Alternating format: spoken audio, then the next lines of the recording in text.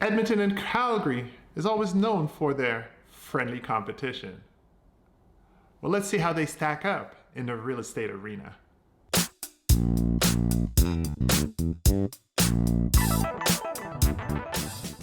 Thank you for joining us for another episode of Edmonton Real Estate Today, where we help you care for your home and maximize the return on your investment.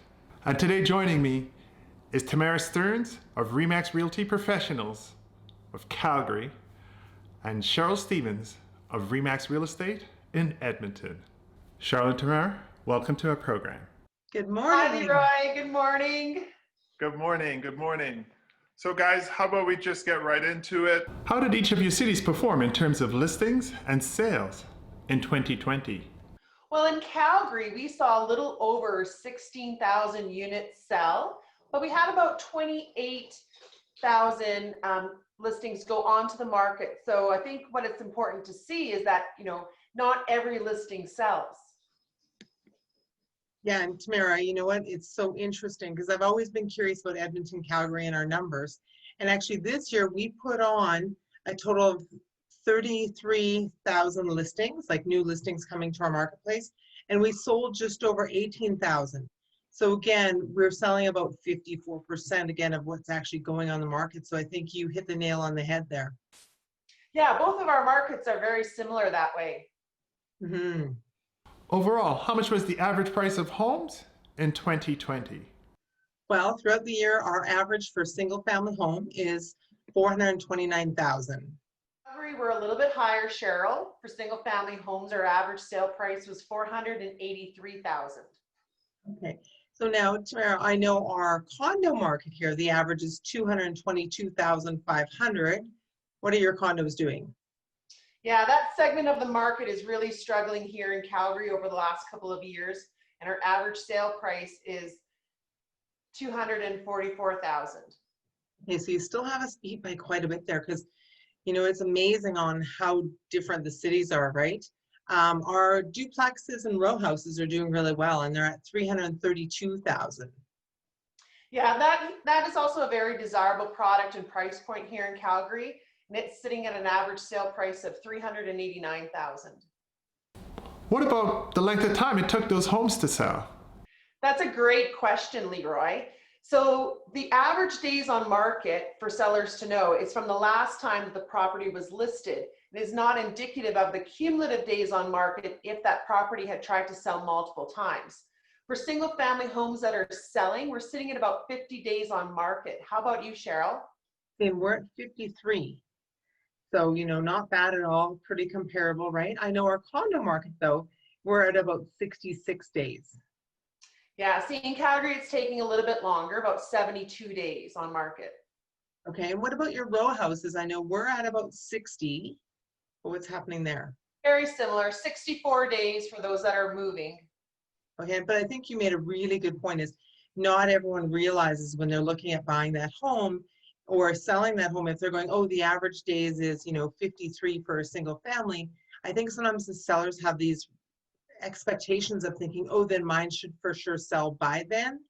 But like you said, it's not cumulative. So we need to also, as agents, show them how long their competition has been on the market, right? That maybe they've been trying to sell on and off again for a year and a half, right? Yeah, we're seeing with some of the communities too, when we're talking with their clients, that we're showing that they may only have a 1 in 2 or a 1 in 4 chance of actually selling. What was your most expensive home that sold in 2020? Well, I can tell you, I was looking at condos the other day and I found it fascinating that in May we had a condo sell for 1.2 million. Wow. In Calgary, we had a spectacular custom built home that sold for $4.4 million. But what's really interesting is that that buyer was able to negotiate $2 million off the list price. Wow, that is quite the deal. How did the year end regarding the supply of homes that are for sale?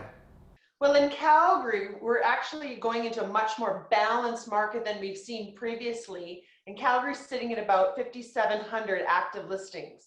We're right around 5,000, so we're not that far off at this point. Now, how is your sales? I know for us, we sold 1,100 homes in the month of December. What happened in Calgary, Tamara? Well, Cheryl, that's surprising. Exact same number. We had 1,100 sales in the month of December, and that was the highest volume of sales for the month of December that we've seen since the peak of 2014. So buyers are really starting to get out there and start purchasing homes again. That's really exciting, because if that leads into the new year here, you're going to have a great spring market. What would you say was the best lesson for a home buyer and a home seller in 2020 that they could take into 2021? Well, Tamara, I'm just going to jump in, and I'm going to say that's one thing. I work with a lot of buyers, and I really found this year, the time the buyers kind of sort of waited and they kind of wanted to see maybe there's a better house around the corner. When they went back to the one they loved because they want to write an offer on it, a lot of times it would be gone.